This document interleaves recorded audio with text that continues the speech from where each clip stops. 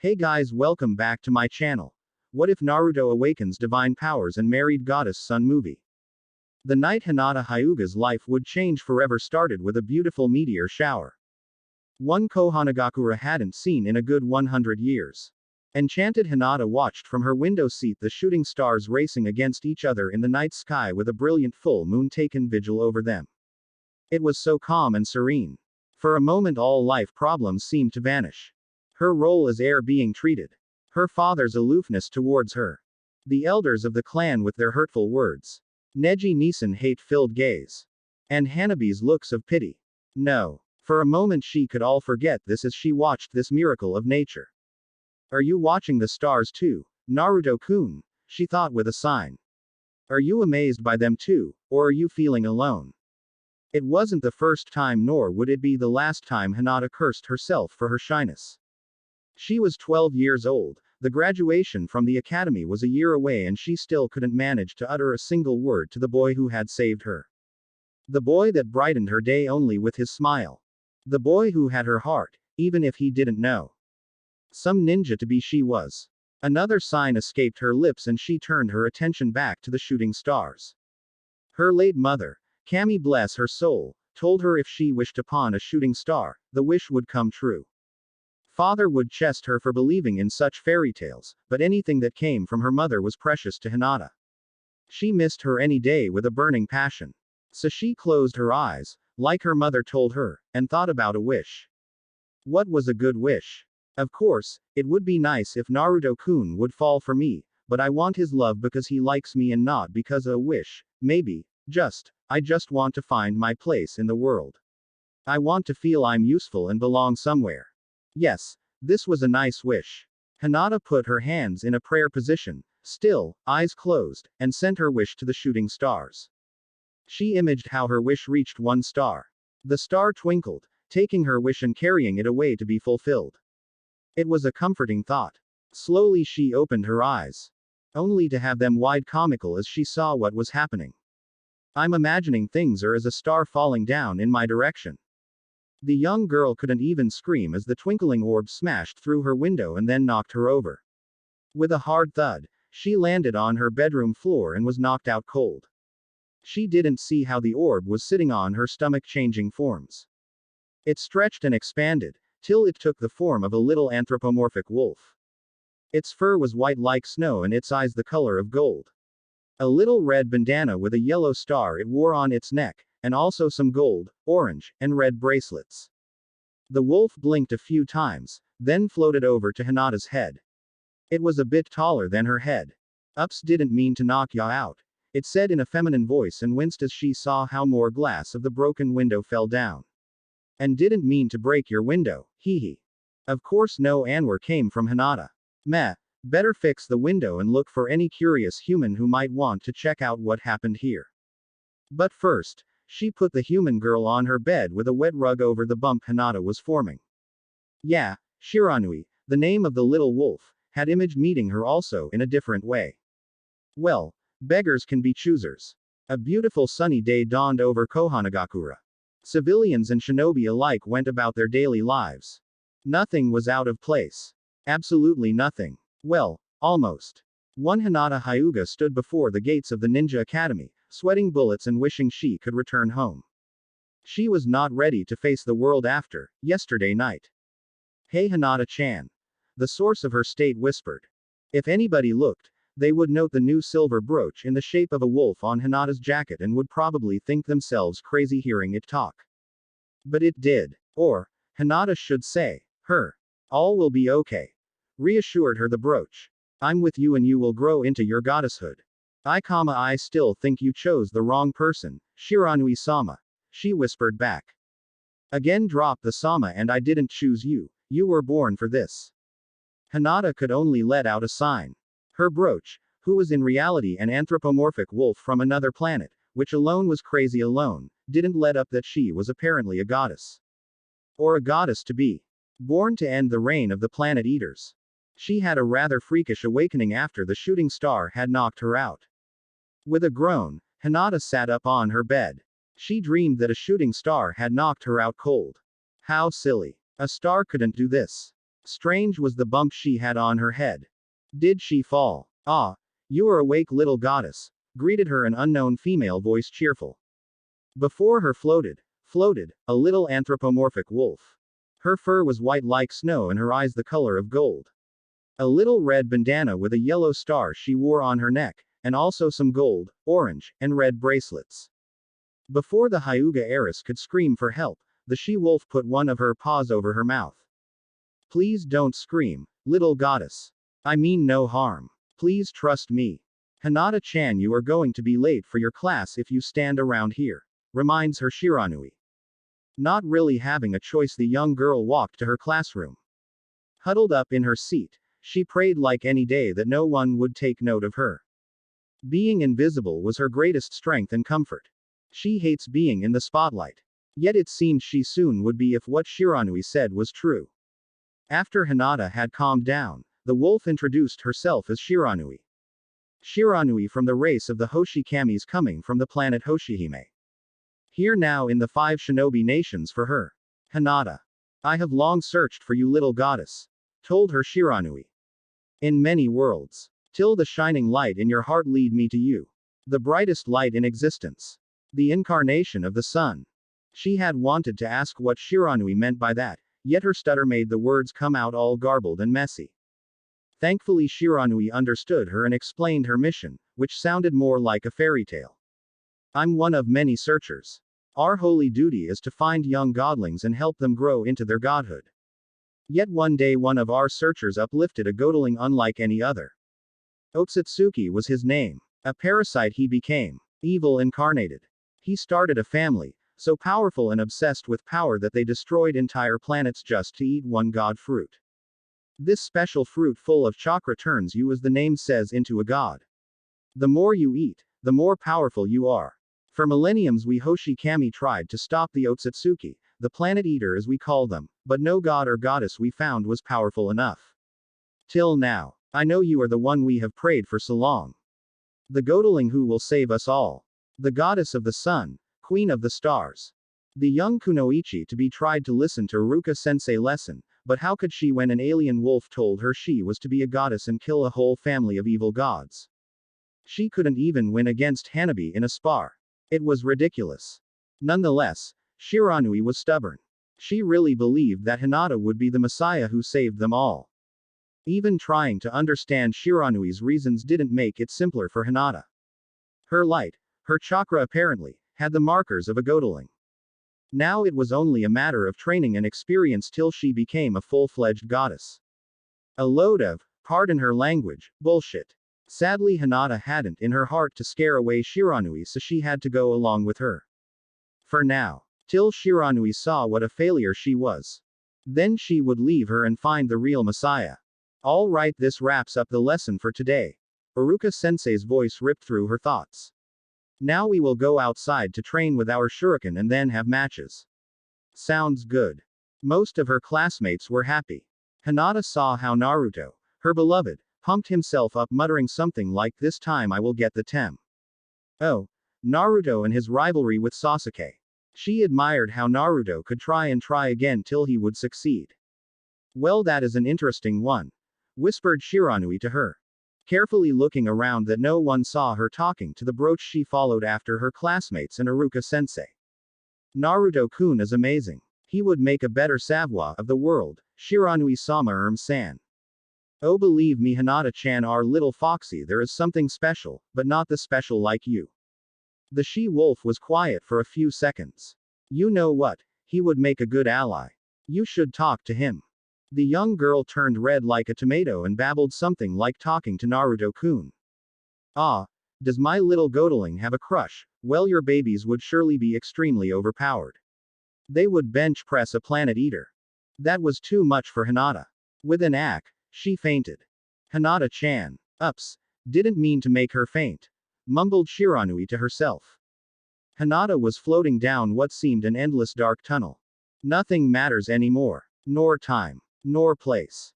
Nor herself. Just the silence of this place. Slowly she opened her eyes and looked around. She was floating towards something, it seemed.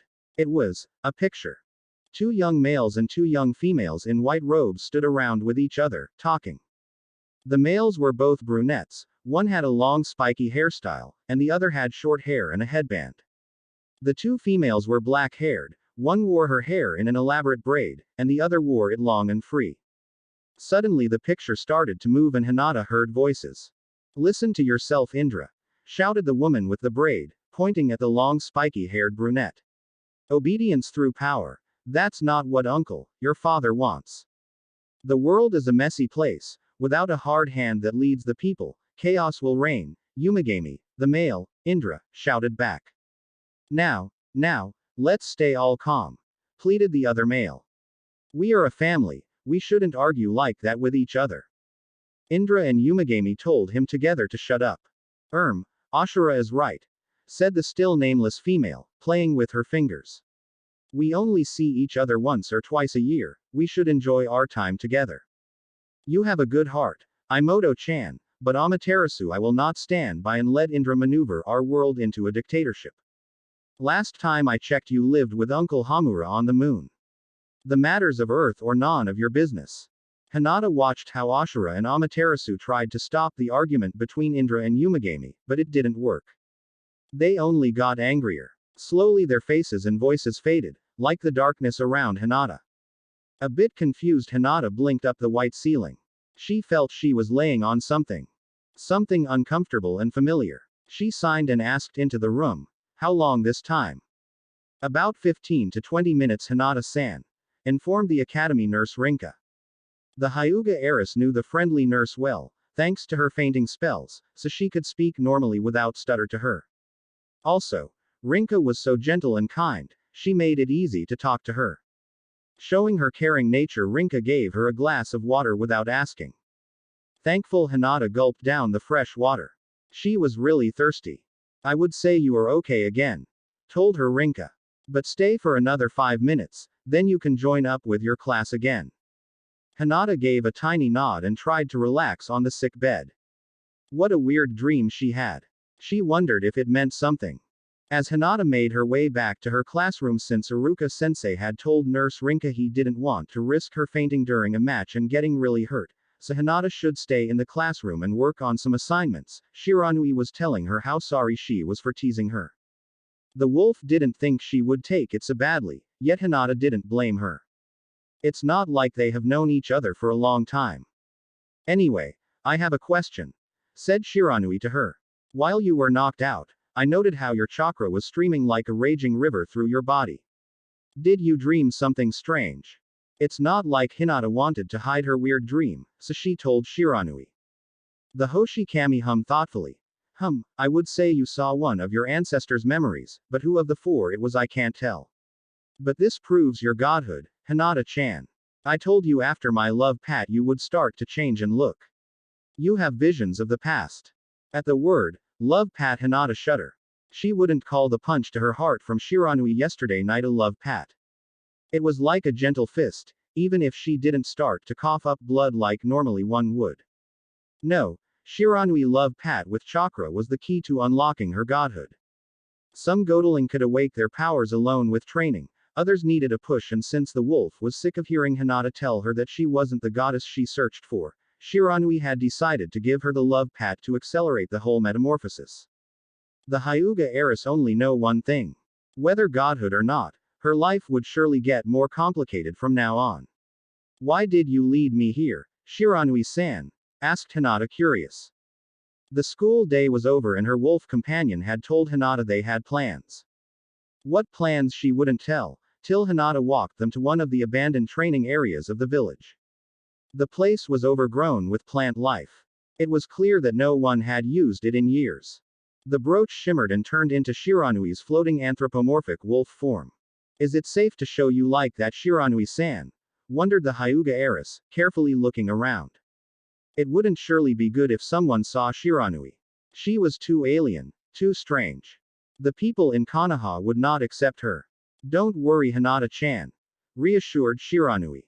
She made a fast sequence of hand signs and a dome of chakra built around the training ground. "This place is one abandoned, and thanks to my jutsu we are safe from prying eyes." "Oh, all right. And what we are doing here, well, The Hoshikami made a dramatic pause for effect before she told Hinata, "It's time to start your training. What you learn at the academy and at home is quite not enough. Maybe for a normal person, it is enough, but you aren't. We need you to get in top shape to handle your godly powers." Dejected Hinata looked at the ground. Even after a whole week with her, Shiranui was still so sure she was the Messiah. Did she not see how weak in the Juken she was? Had she not heard how her father had dismissed her as a failure? Did she not comprehend that even if she was a clan child, people like Sakura Haruno were better in chakra control than her? The blue-haired girl had been so sure that Shiranui would see that Hinata was the wrong choice, yet it didn't happen. "Now Hinata-chan, what is it with this gloom?" tutted the wolf, rubbing in comfort their cheeks together. "You don't see or feel it, but your body is already changing. Your chakra is. Why did you think your chakra control got so bad all of a sudden?" "Because I'm a failure." A growl came out of Shiranui. "I will eat your father's heart for breakfast if he doesn't start to treat you with respect. And no, please don't. You are way too kind, Hinata-chan. On one hand, it's a wonderful trait, on the other some people don't deserve it." The Hyuga didn't know how to answer that. But Shiranui didn't need an answer, she just petted her cheek. "Where was I? Ah yes, your training.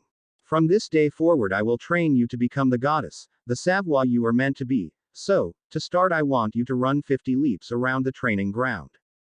Hinata wasn't a person to deny training, even if she didn't believe she was a goddess, more training was always good. So she started to run. The training was brutal. 50 leaps around the training ground. Then 50 leaps, while using the leaf chakra control exercise.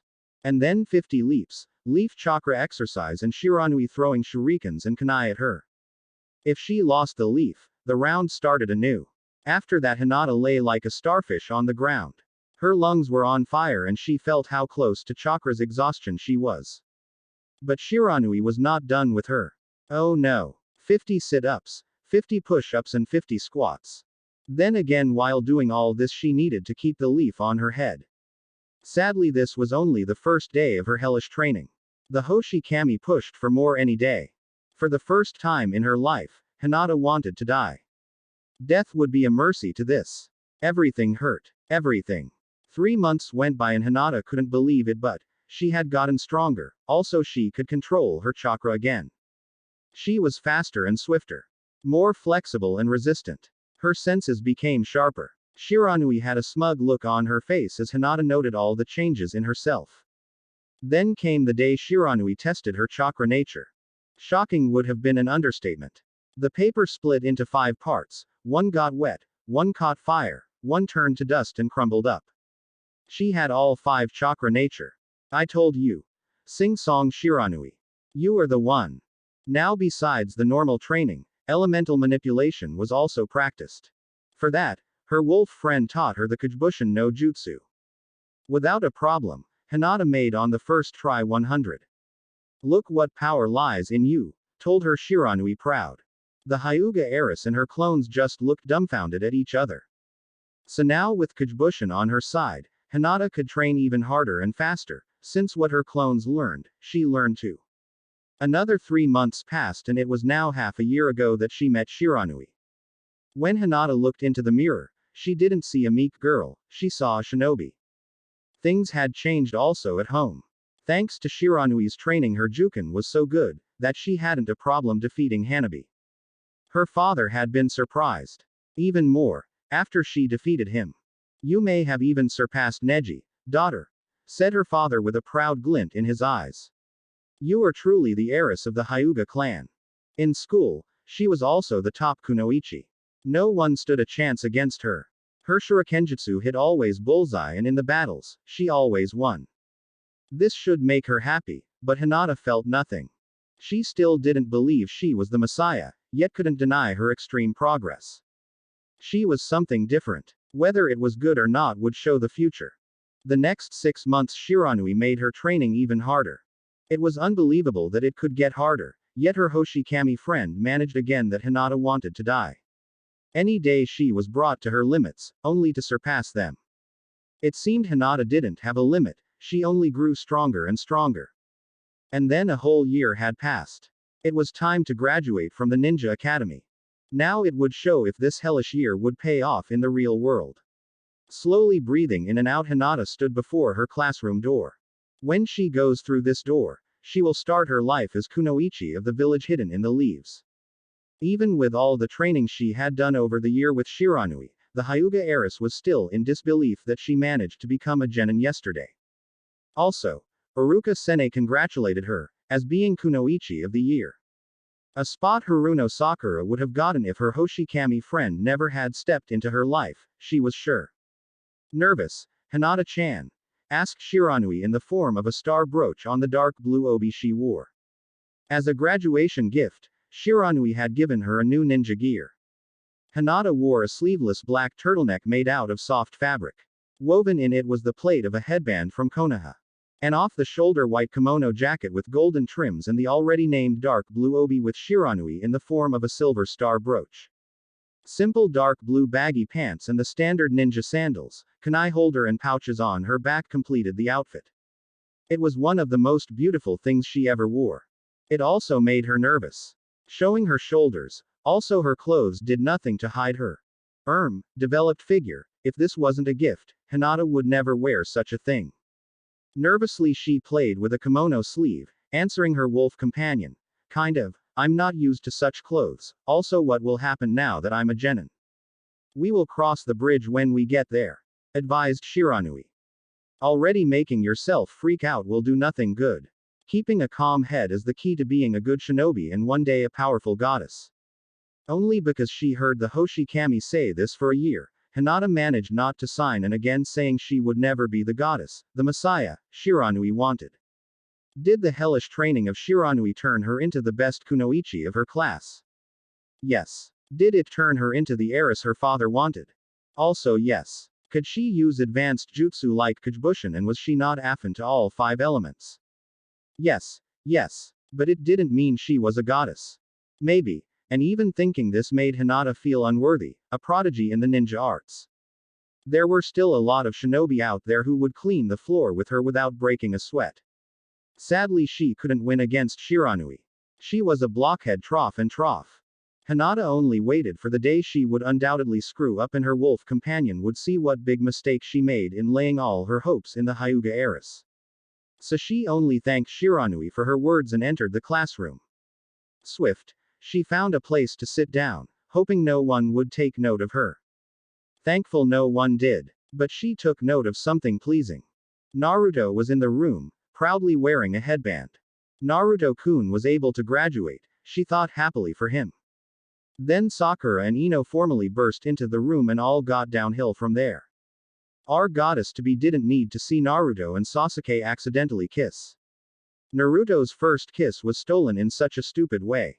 She wanted to cry. In her brooch form, Shiranui nearly died of laughter seeing the scene. Over the past year, the Hoshikami had learned that the blonde boy was always good for a laugh. Still, neither of the two females liked that Sasuke's fan club beat the poor boy up. It was a stupid accident, not like both boys wanted to lock lips. Anyway, Uruka-sensei finally arrived, which calmed the class down. He sends them all a warm and happy smile. Starting today, you are all official ninjas, but, you all are still new genin, he began. It's going to get harder from here. He explained how they would form a group of 3 with a jonin instructor as their sensei doing missions together. Again Hinata played with her kimono sleeve. It would be nice to be with Naruto-kun in a team, I don't know who should be our third. I'm open to anything. For her growth and allies, she needs Uzumaki and Uchiha, thought Shiranui. No doubt the reincarnations of the sons of the Sage of the Six Paths will play a major role in this world. Calmly Uruka-sensei began to read the teams aloud. Hinata got more twitchy any second she didn't hear Naruto's or her name. She didn't want to hope, but it would be so nice to finally talk and interact with Naruto. Even if they were only teammates, Hinata wished to be closer to her crush. Next the 7th group, Uzumaki Naruto. So hard Hinata gripped her kimono sleeve so that Shiranui thought she would rip it apart any second. Hyuga Hinata. Did she hear right? A tiny happy squeak came out of her mouth. Blushing she put her hands over it. Please, let nobody have heard it. If someone did, it was forgotten since the third and last name was Sasuke Uchiha. Not only did Naruto crumple like a balloon, but Sasuke's fan club, mostly Sakura and Ino, screeched in outrage. Why her? This is not fair. She doesn't even like him. No, Sasuke-kun belongs with me. How could destiny be so cruel? Okami. Hinata wished to crawl into her kimono. Why did it have to be off the shoulder? Girls, calm down, shouted Iruka-sensei over the Hyastric fangirls. Hinata was placed on the team since she is the top kunoichi. It's tradition to put the rookie of the year, Sasuke here, the top kunoichi and the dead last in one team. It balances their weaknesses out. Naruto didn't seem to have listened since he asked how a top student like him was placed in a team with Sasuke. Again, Iruka-sensei explained the reasons. Sasuke told Naruto arrogantly to not get in his way. The two boys would surely fought each other if Iruka-sensei hadn't stopped them. I take it back. Not anyone with Naruto and myself, even Sakura would be better. Damn, that sibling rivalry transcends lifetimes, my poor Hinata-chan. The Hyuga and the wolf in brooch form had a sweat drop running down. After Iruka-sensei called for the other teams, Shiranui took only note that Team 8 would be the Inuzuka boy, the Aburame and the Haruno fangirl, and Team 10 Yamanaka, Nara and Akamichi. It was time for lunch. Thoughtful Hinata ate the bento she had prepared for herself. She had wanted to ask Naruto and Sasuke out to eat with her. It would be good to bond with them, but she had chickened out. For all the power she was wielding now, she still was shy and timid. Also, her wolf friend wanted to talk with her. So she sat down alone on a secluded bench and waited for Shiranui to speak. What do you know about the Sage of Six Path, Hinata-chan? Was she asked. Okay. She didn't expect that. Not much. She admitted. Only that legends say he was the one who first unlocked chakra and he taught it to the rest of the world. Remember when last week I returned for the weekend to my home planet? Yes, you didn't want to tell me why. I needed some information on this world, just in case you would be placed in a team with Naruto and Sasuke. The Hyuga stopped mind Shao. Confused, she looked down at her brooch. What? Why Shiranui-san? Both are reincarnations. Important ones. Let me tell you the story of the Sage of the Six Paths. And she listened. Thanks.